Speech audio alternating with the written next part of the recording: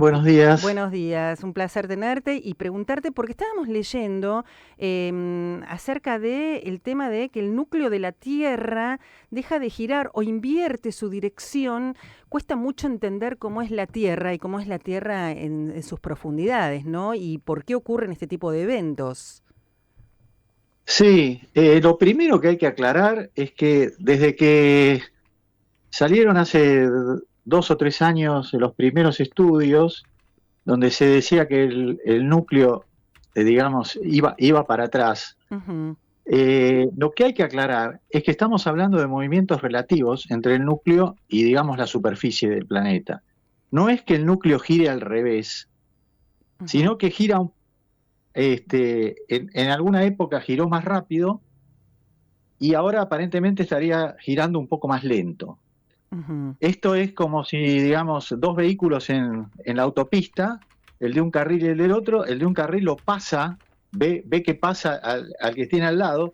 Eso no significa que el que tiene al lado va marcha atrás, ¿se Claro, entiende? entiendo. Eh, de hecho, en el primer trabajo que se publicó, que salió en Nature, hubo una mala comunicación de parte de los científicos, que utilizaban la palabra de que rotaba en sentido inverso, y no era así, digamos, rotaba en sentido inverso de manera relativa. O sea, Claro. yo me paro y veo que cada año llega un poquito más tarde ese punto que identifico en el núcleo. Claro.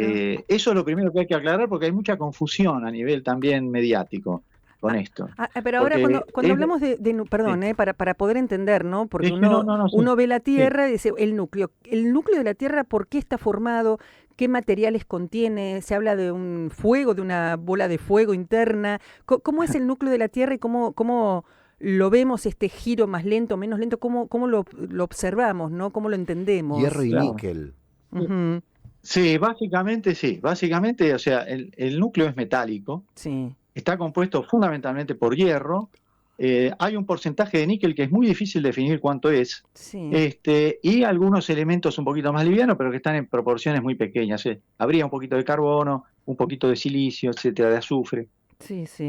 Básicamente hierro-níquel, como dijo tu compañero. Ajá, Ahora, otra cosa importante, el núcleo está dividido en dos, digamos. La mayor parte del núcleo es líquido ujú, y hay un corazón, la parte más central de la Tierra, más profunda, en el cual digamos, esa aleación, llamémosle, de hierro con otros elementos, esa aleación metálica, se ha cristalizado, o sea, es sólida. ajá, Eh, de lo que se está hablando, de esta, que ahora le llaman bien, digamos, de alguna manera un poco exageradamente el término, pero digamos, ilustra superrotación cuando va más rápido y subrotación cuando va más lento, es del núcleo sólido, es del núcleo interno. De eso estamos hablando, porque el núcleo líquido está moviéndose, es como un enorme océano, ¿sí? sí, De más o menos 2.000 kilómetros de profundidad, imaginémoslo, ¿no? sí. Este, Nos asustan los 10 kilómetros de profundidad que tienen las zonas más profundas del océano, Ujú. de los océanos, como el Océano Pacífico. Estos son Sí, 2.000 kilómetros. claro. Eh, y, y de hierro, como si estuviéramos adentro de una cerilla, digamos. Sí, sí, Esa es un poco la idea, así, más o menos, de símil que uno puede hacer. claro. ¿Y qué influye en esa rotación? ¿El campo magnético, la Tierra? ¿Qué es lo que influye para que ocurra esa rotación? Bueno, a ver, acá hay hipótesis y modelos respecto de por qué ocurriría esto. Lo más probable es que tenga que ver con la interacción entre el núcleo líquido y el núcleo sólido. Es decir, son materiales muy conductores. Bueno, en el núcleo líquido se genera el campo magnético de la Tierra, Ajá, y si usted pone algo muy conductor en presencia de un campo magnético, se afecta, ¿no? claro, claro. O sea, eh, de hecho, digamos, pone un imán y pone un clavo y el clavo se corre hacia el imán. O sea, Ujú, eh, y muy probablemente los campos magnéticos altísimos que hay dentro del núcleo interno, dentro del núcleo externo, perdón, afectan al núcleo interno, y esto podría hacer que por momentos, estamos hablando de momentos que son años o décadas, sí, el núcleo interno gire un poquito más rápido o gire un poquito más lento. Y para poner un poco en orden, más o menos, cuando se descubrió hace 30 años los primeros hallazgos de que el núcleo interno estaba girando más rápido, el primer cálculo era que daba toda una vuelta alrededor del planeta, o sea, le sacaba una vuelta como en Fórmula 1, Claro. a la superficie terrestre, sacaba una vuelta en 400 años. Ajá. Después eso, con datos más precisos, se calculó entre 4.000, 6.000, 10.000 años. O sea, estamos hablando de, por ejemplo, una décima de grado por año Claro. que le saca. Ahora, aparentemente, a partir del año 2008, 2009, ese movimiento se habría invertido y ahora va más despacito. O sea, lo que han visto, una cosa muy interesante en un trabajo que salió hace poco, lo que han visto es como que donde estaba el núcleo en el año 2002, 2003, después lo volvieron a ver en el año 2019, 2020. O sea, el núcleo primero pasó y después la parte, el manto de la Tierra y la corteza, lo volvió a pasar, digamos. Claro. Como si fueran dos autos que van corriendo uno al lado del otro. Sí, claro, está muy claro. Perdón, porque a veces hablamos de manto, de núcleo, todo, me cuesta imaginarlo. Es como muy... Necesito un poco más de gráfica. ¿De cuántos kilómetros estamos hablando de profundidad? Sí. Todo esto. Bueno, la Tierra tiene 5.700 kilómetros hasta el centro. Y vos lo que tenés es el manto. El manto son rocas, ¿sí? Ajá. La corteza es un pedacito, digamos, que se diferenció del manto, muy chiquitito. Nosotros vivimos en una cascarita, digamos, Okay. que tiene 30, 50 kilómetros de profundidad. Después te viene el manto, que son rocas, y tiene 2.900 kilómetros de profundidad. De rocas. Y después tenés el núcleo... Todo, claro, 2.900 kilómetros de roca, sí. roca. De roca, sí, tal cual. Y después te viene el núcleo líquido, que digamos, es como que el manto está apoyado sobre un fluido, pero lo que pasa es que el fluido, el núcleo líquido, es tan denso. Sí, es como loco. Sí. Claro, y la gravedad se lo llevó para adentro, digamos. Entonces, vos tenés rocas por encima de todo un enorme océano de hierro, pero claro, las diferencias de densidad son abismales. Entonces, porque uno diría, bueno, ¿y por qué no sale el material del núcleo, no sale a la superficie? No, imposible. Claro. Está pensando eso. Claro. Ahora, Augusto, ¿qué impacto tiene, digamos, este giro o este movimiento del núcleo en la superficie de la Tierra? Mira, son impactos que se miden en la geofísica. En la vida diaria uno no lo va a notar para nada, porque, por ejemplo, sí, se está encontrando que hay una correlación entre el núcleo va más rápido, el núcleo va más lento, con lo que miden los geofísicos con enorme precisión, que se llama longitud del día.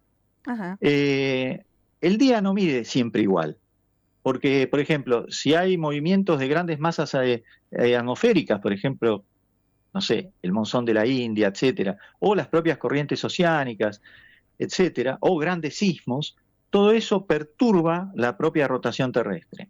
Ahora, ¿de qué estamos hablando? De 1 milisegundo. O sea, de las 24 horas puede ser 1 milisegundo más corto el día o 1 milisegundo más largo. O sea, son ínfimas variaciones. Eso no afecta en nada en la vida cotidiana.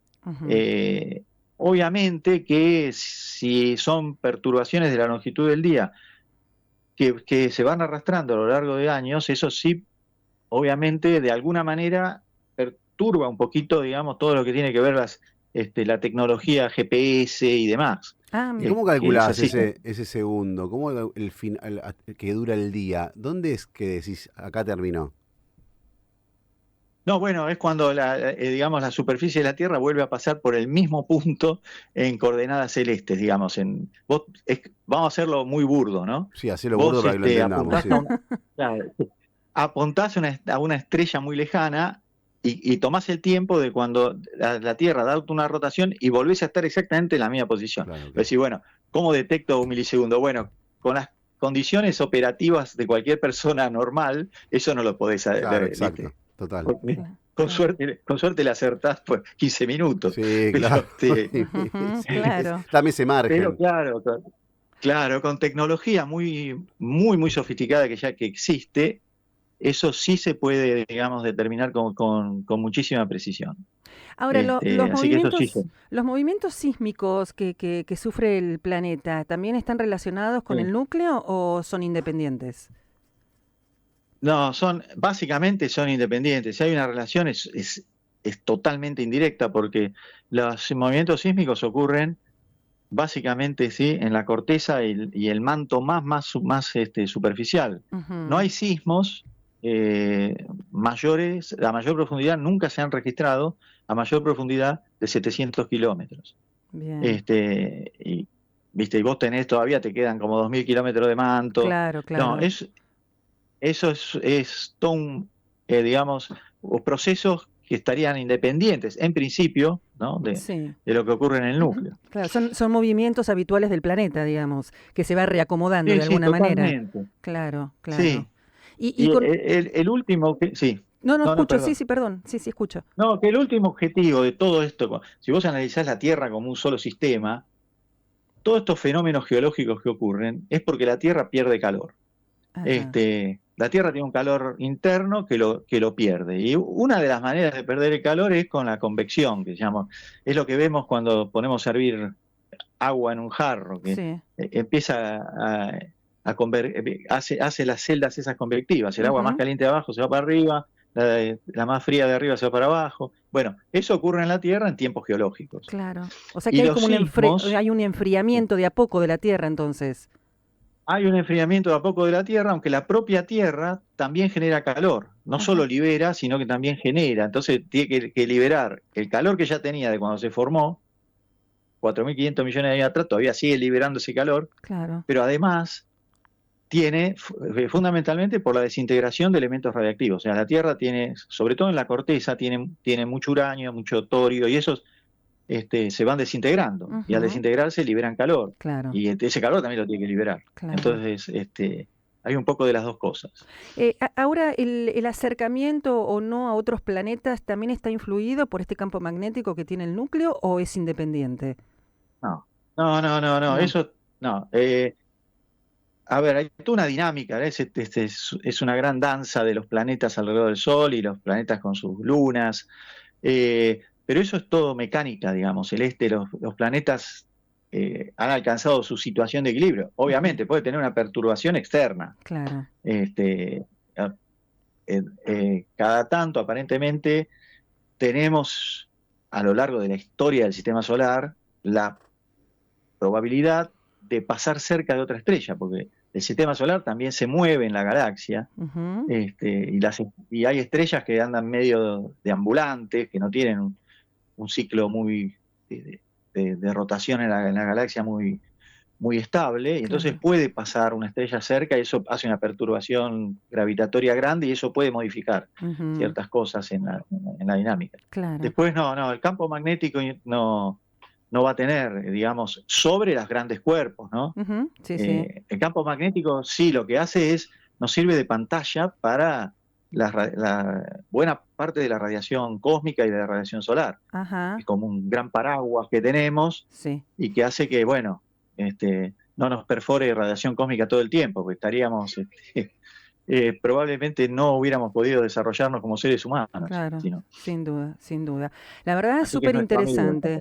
No nos preocupamos entonces por esta rotación del núcleo. Si nos mareamos es por un tema personal, no es un tema de rotación. No tiene nada que ver con eso. Bueno, fantástico, Augusto. Muchísimas gracias, la verdad súper interesante y te agradecemos muchísimo este semáforo. No, bueno, por nada y que estén muy bien. Gracias, igualmente. Buena jornada.